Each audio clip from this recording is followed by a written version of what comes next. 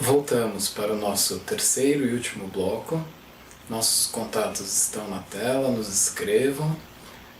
E para terminar, nós vamos falar sobre as medidas de urgência, quais são, como são, das medidas contra o agressor e das medidas de assistência da vítima, como também comentar os prazos que o poder público é obrigado a obedecer para dar a máxima rapidez, a máxima celeridade. Artigo 18º. Recebido o expediente com o pedido da ofendida, caberá ao juiz no prazo de 48 horas 1. Conhecer do expediente e do pedido e decidir sobre as medidas protetivas de urgência. Chegando à mesa do juiz, ele tem que resolver aquilo rápido. Ele tem que decidir sobre a medida protetiva de urgência solicitada pela vítima. Enfim, não pode ficar parado. Inciso 2º. Determinar o encaminhamento da ofendida ao órgão de assistência judiciária quando for o caso, inclusive para o ajuizamento da ação de separação judicial, de divórcio, de anulação de casamento e dissolução da união estável perante o juízo competente. 3. Comunicar ao Ministério Público para que adote as providências cabíveis. 4. Determinar a apreensão imediata da arma de fogo sob a posse do agressor. Está aí um aspecto interessante, né? É nesse momento que a lei fala sobre a apreensão de arma de fogo do agressor. Artigo 19º. As medidas protetivas de urgência poderão ser concedidas pelo juiz a requerimento do Ministério Público ou a pedido da ofendida. Parágrafo 1º. As medidas protetivas de urgência poderão ser concedidas de imediato, independentemente de audiência das partes e da manifestação do Ministério Público, devendo este ser prontamente comunicado. Chegando à mesa do juiz ou da juíza, logo de plano ele decide sobre as medidas protetivas de urgência contra o ofendido, para primeiro garantir o fim da violência. Aí, tomadas as cautelas e as precauções, durante a fase de processo judicial, o juiz poderá manter ou revogar as medidas. Parágrafo 2º. As medidas protetivas de urgência serão aplicadas isolada ou cumulativamente e poderão ser substituídas a qualquer tempo por outras de maior eficácia sempre que os direitos reconhecidos nesta lei forem ameaçados ou violados. Parágrafo 3º. O juiz, a requerimento do Ministério Público ou ao pedido da ofendida, conceder novas medidas protetivas de urgência ou rever aquelas já concedidas, se entender necessário, a proteção da ofendida, de seus familiares e de seu patrimônio, ouvido o Ministério Público. 20º artigo. Em qualquer fase do inquérito policial ou da instrução criminal, caberá a prisão preventiva do agressor, decretada pelo juiz de ofício, a requerimento do Ministério Público ou mediante representação da autoridade policial.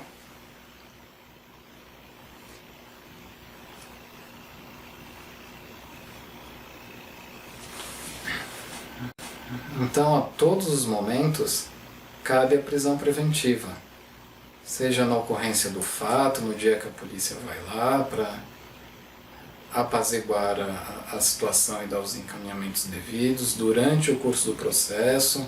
De repente o agressor pode ter um ataque, começar a aumentar a violência. Então, a todo instante, pode haver prisão preventiva, sempre com o objetivo de preservar a saúde e a integridade física e psicológica da mulher, da vítima. Artigo 21º. A ofendida deverá ser notificada dos atos processuais relativos ao agressor, especialmente dos pertinentes ao ingresso e à saída da prisão, sem prejuízo da intimação do advogado constituído ou do defensor público. Parágrafo único. A ofendida não poderá entregar intimação ou notificação ao agressor. Nos casos de prisão preventiva, a vítima será avisada pelo Poder Judiciário, como também os advogados serão, nas hipóteses sobre o ingresso ou a saída do agressor. Das medidas protetivas de urgência que obrigam o agressor. Artigo 22º. Constatada a prática de violência doméstica e familiar contra a mulher, nos termos desta lei, o juiz poderá aplicar de imediato ao agressor, em conjunto ou separadamente, as seguintes medidas protetivas de urgência, entre outras. Agora nós vamos para os exemplos, né? E a lei, ela deixa claro que são exemplos, ou seja, não é um rol fechado que são só essas violências. Muito pelo contrário, ela deixa espaço para que outras formas de violência que ainda não conhecemos possa integrar também as modalidades que o agressor utiliza para cometer a violência contra a mulher no âmbito doméstico e familiar. Primeiro, suspensão da posse ou restrição do porte de arma com comunicação ao órgão competente. Afastamento do lar, domicílio ou local de convivência com a ofendida. Terceiro, proibição de determinadas condutas, entre as quais a aproximação da ofendida, de seus familiares e das testemunhas, fixando o limite mínimo de distância entre estes e o agressor. B. Contato com a ofendida, seus familiares e testemunhas por qualquer meio de comunicação. Frequentação de determinados lugares a fim de preservar a integridade física e psicológica da ofendida.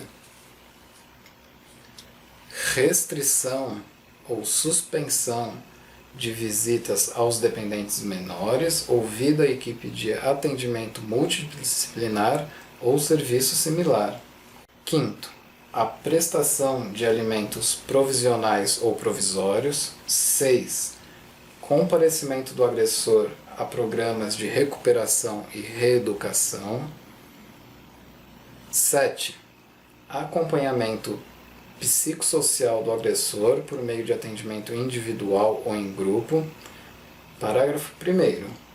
As medidas referidas neste artigo não impedem a aplicação de outras previstas na legislação em vigor, sempre que a segurança da ofendida ou as circunstâncias o exigirem, devendo a providência ser comunicada ao Ministério Público. Parágrafo 2º.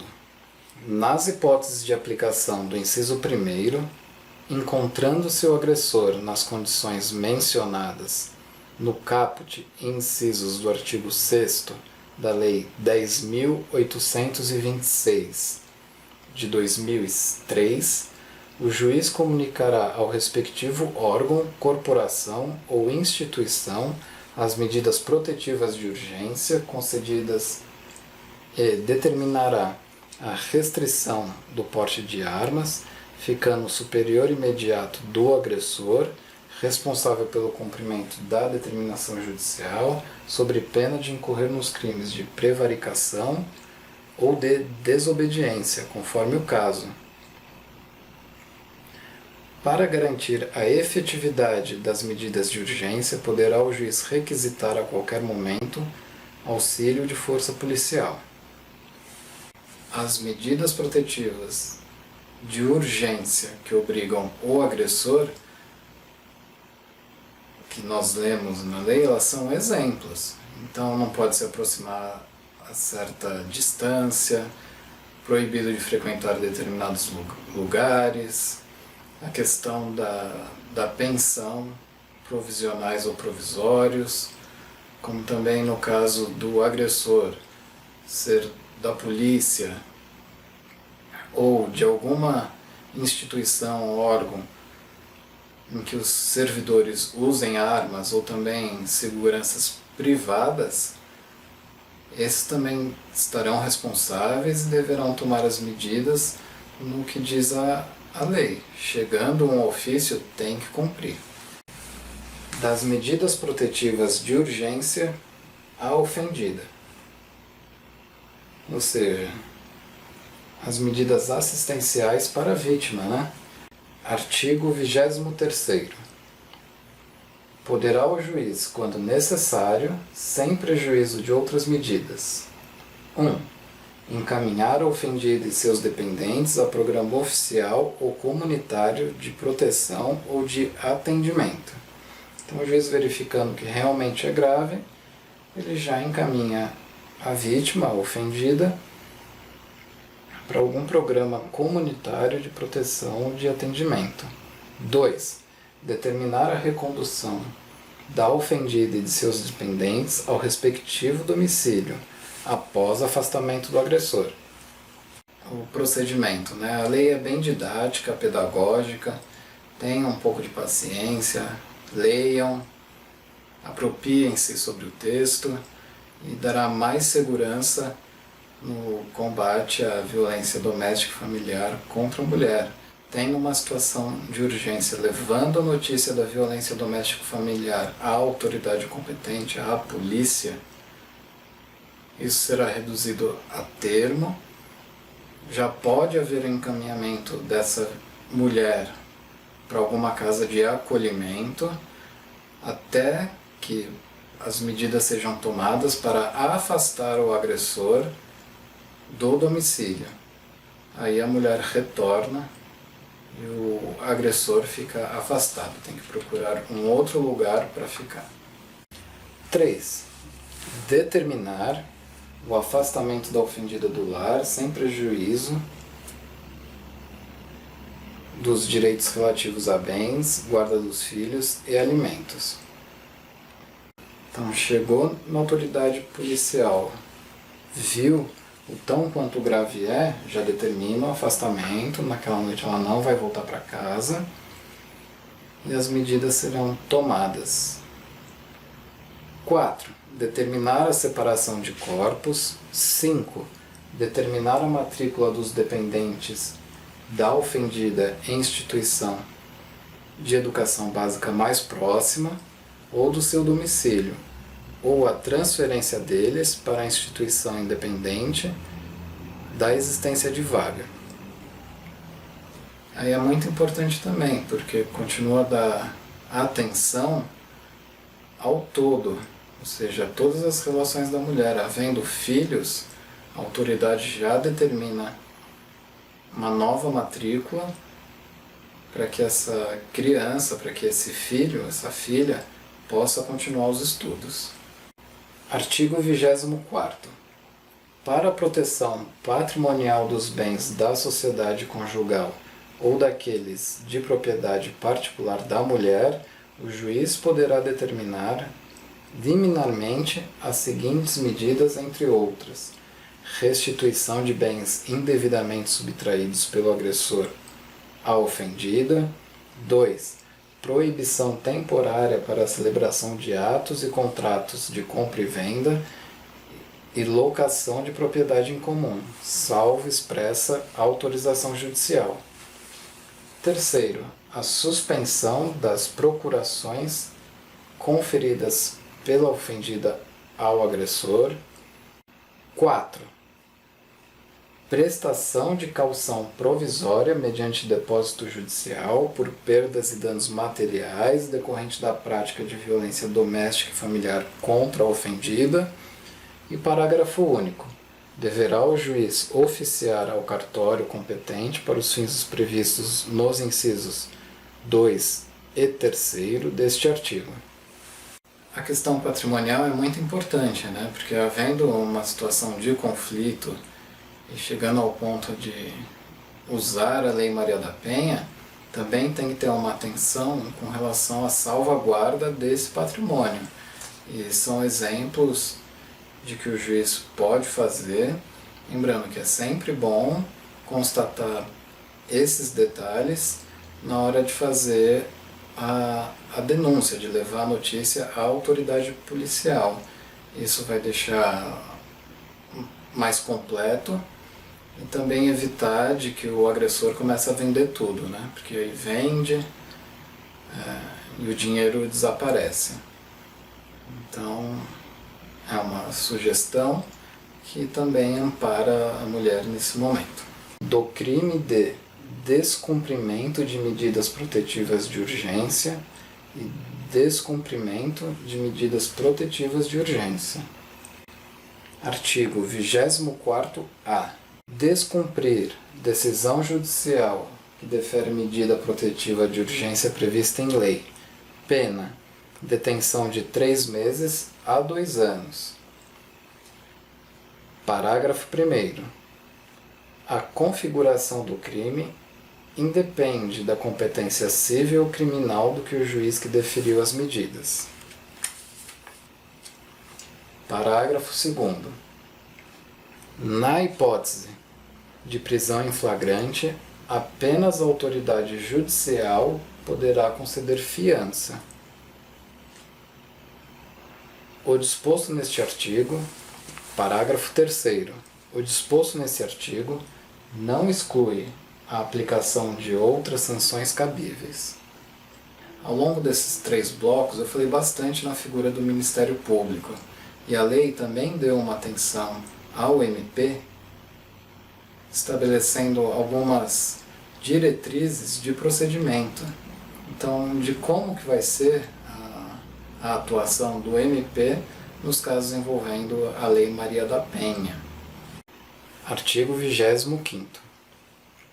O Ministério Público intervirá quando não for parte nas causas cíveis e criminais decorrentes da violência doméstica e familiar contra a mulher.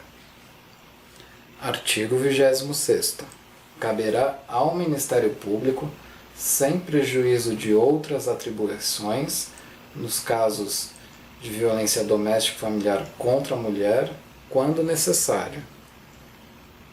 Havendo a necessidade: 1. Requisitar força policial e serviços públicos de saúde, de educação, de assistência social e de segurança, entre outros. 2. Fiscalizar os estabelecimentos públicos e particulares de atendimento à mulher em situação de violência e familiar e adotar de imediato as medidas administrativas e judiciais cabíveis no tocante a qualquer irregularidade constatadas.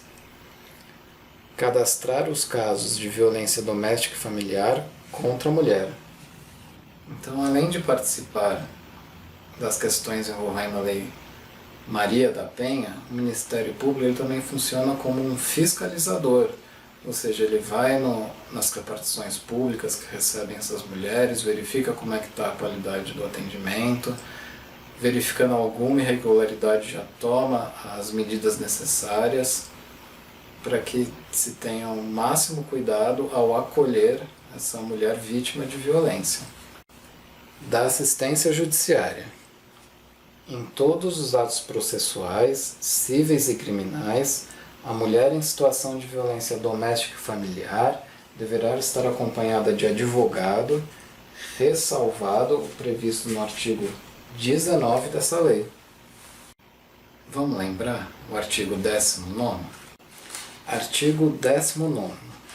As medidas protetivas de urgência poderão ser concedidas pelo juiz a requerimento do Ministério Público ou a pedido da ofendida.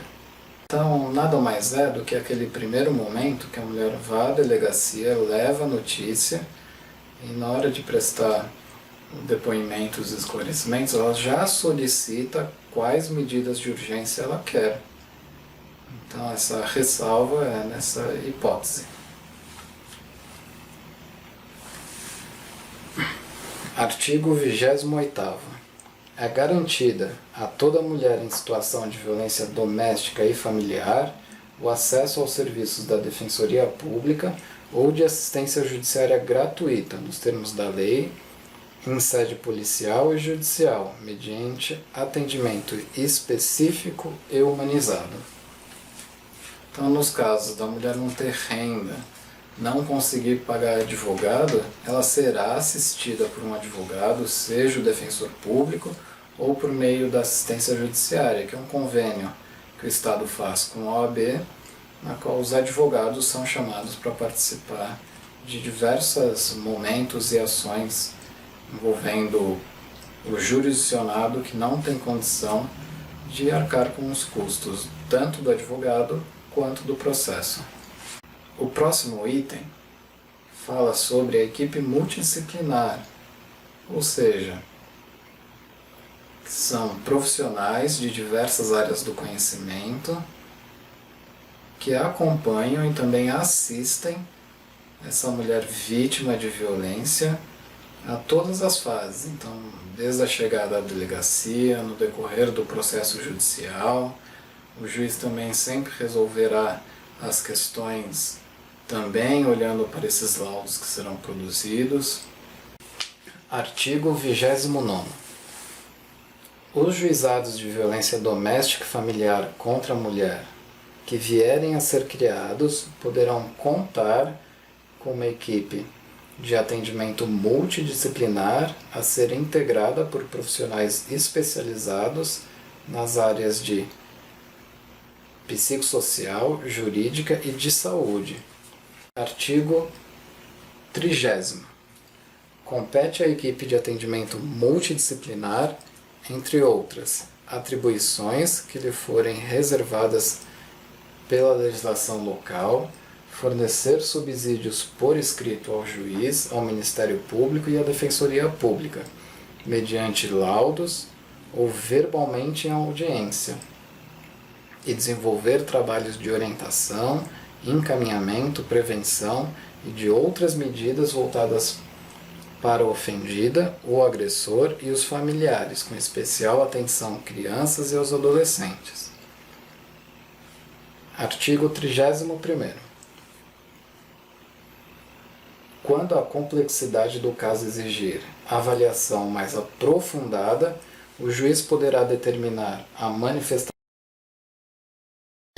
mediante a indicação de equipe de atendimento multidisciplinar. Artigo 32º. O Poder Judiciário, na elaboração de sua proposta orçamentária, poderá prever recursos para a criação e manutenção da equipe de atendimento multidisciplinar nos termos da Lei de Diretrizes e Orçamentais. Artigo 33º. As disposições transitórias. Enquanto não estruturados os juizados de violência doméstica e familiar contra a mulher, as varas criminais cumularão as competências civil e criminal para conhecer e julgar as causas decorrentes da prática de violência doméstica e familiar contra a mulher, observadas as previsões no título 4 desta lei, subsidiada pela legislação processual pertinente. Existem muitas cidades pelo Brasil de que não há um fórum, ou às vezes, se tem um fórum, não existe uma vara especializada no processamento de ações relacionadas à Lei Maria da Penha. Mas em todo fórum há uma vara criminal, e neste caso, essa vara será responsável para receber o processo e dar andamento, como também para resolver a questão. Parágrafo único. Será garantido o direito de preferência nas varas criminais para o processo e julgamento das causas referidas no caput. Vamos chegando ao fim, ao tratar das disposições finais. Ou seja, percorremos um longo caminho aí, abordando praticamente todos os aspectos da lei, comentando. Lembrem de nos escrever. Então vamos lá, mais um pouco. Artigo 34º. A instituição dos juizados de violência doméstica e familiar contra a mulher poderá ser acompanhada pela implantação das curadorias necessárias e do Serviço de Assistência Judiciária. Artigo 35º. A União, o Distrito Federal, os Estados e os municípios poderão criar e promover, no limite das respectivas competências: primeiro, centros de atendimento integral e multidisciplinar para mulheres e respectivos dependentes em situação de violência doméstica e familiar. Casas-abrigos para mulheres e respectivos dependentes menores em situação de violência doméstica e familiar. Então a lei é bem clara, cabe a todos os entes federativos, a União, os estados e o município, criarem essas condições para ajudar, para acolher essas vítimas, como centros de abrigo e etc. Terceiro, delegacias, núcleos de defensoria pública, serviços de saúde e centros de perícia médico-legal especializados no atendimento à mulher em situação de violência doméstica e familiar. Quarto, programas e campanhas de enfrentamento da violência doméstica e familiar. 5. Centros de educação e de reabilitação para os agressores. Isso também é importante, que os agressores eles façam cursos para que eles tenham a oportunidade de aprender que não é não, que com violência não se resolve nada. E o fato dele fazer esses cursos não implicará na redução da pena em eventual condenação. Ou seja, ele é obrigado a fazer. E também é importante que quando a mulher sugerir, pedir as medidas protetivas de urgência, que também peça para que ele faça cursos. Artigo 36º. A União, os Estados, o Distrito Federal e os municípios promoverão as adaptações de seus órgãos e de seus programas às diretrizes e aos princípios desta lei. Artigo 37º. A defesa dos interesses e direitos transindividuais previstos nesta lei poderá ser exercida concorrentemente pelo Ministério Público e por associação de atuação na área, regularmente constituída há pelo menos 1 ano nos termos da legislação civil. Parágrafo único. O requisito da pré-constituição poderá ser dispensado pelo juiz quando entender que não há outra entidade com representatividade adequada para o ajuizamento de demanda coletiva. Artigo 38º. As estatísticas sobre a violência doméstica e familiar contra a mulher serão incluídas nas bases de dados dos órgãos oficiais, do Sistema de Justiça e Segurança, a fim de subsidiar o Sistema Nacional de Dados e informações relativas às mulheres. Parágrafo único. A Secretaria de Segurança Pública dos Estados e do Distrito Federal poderão remeter suas informações criminais para a base de dados do Ministério Público. Artigo 38º-A. O juiz competente, que é o juiz do caso, providenciará o registro da medida protetiva de urgência. Parágrafo único. As medidas protetivas de urgência serão registradas em bancos de dados, mantidos e regulamentado pelo Conselho Nacional de Justiça, garantindo o acesso do Ministério Público, da Defensoria e dos órgãos de segurança pública e de assistência social com vistas à fiscalização e à efetividade das medidas protetivas. Artigo 39º. A União, os Estados, o Distrito Federal e os municípios, no limite de suas competências e nos termos das respectivas leis de diretrizes orçamentárias, poderão estabelecer dotações orçamentárias específicas em cada exercício financeiro para a implementação das medidas estabelecidas nessa lei. As obrigações previstas nessa lei não excluem outras decorrentes dos princípios por ela adotados. E por fim, artigo 41º, aos crimes praticados com violência doméstica e familiar contra a mulher, independentemente da pena prevista, não se aplica a Lei 9.099 de 95. A Lei 9.099 de 95 é a lei que rege o Juizado Especial Civil e o Juizado Especial Criminal. Tanto o JEC quanto o GCRIM não poderão ser aplicados nos casos envolvendo a Lei Maria da Penha. Então não importa se é aos olhos da lei do GCRIM, se é um crime de menor potencial ofensivo. Havendo a tipificação na Lei Maria da Penha, vai responder com base no Código Penal, onde o procedimento é mais duro, é mais difícil para o agressor. E assim terminamos nosso terceiro bloco. Fiquem à disposição, já sabem, para nos escrever. Os endereços estão aparecendo na sua tela. Eu renovo o agradecimento feito ao Circo Herói pelo convite. Para mim é sempre um prazer.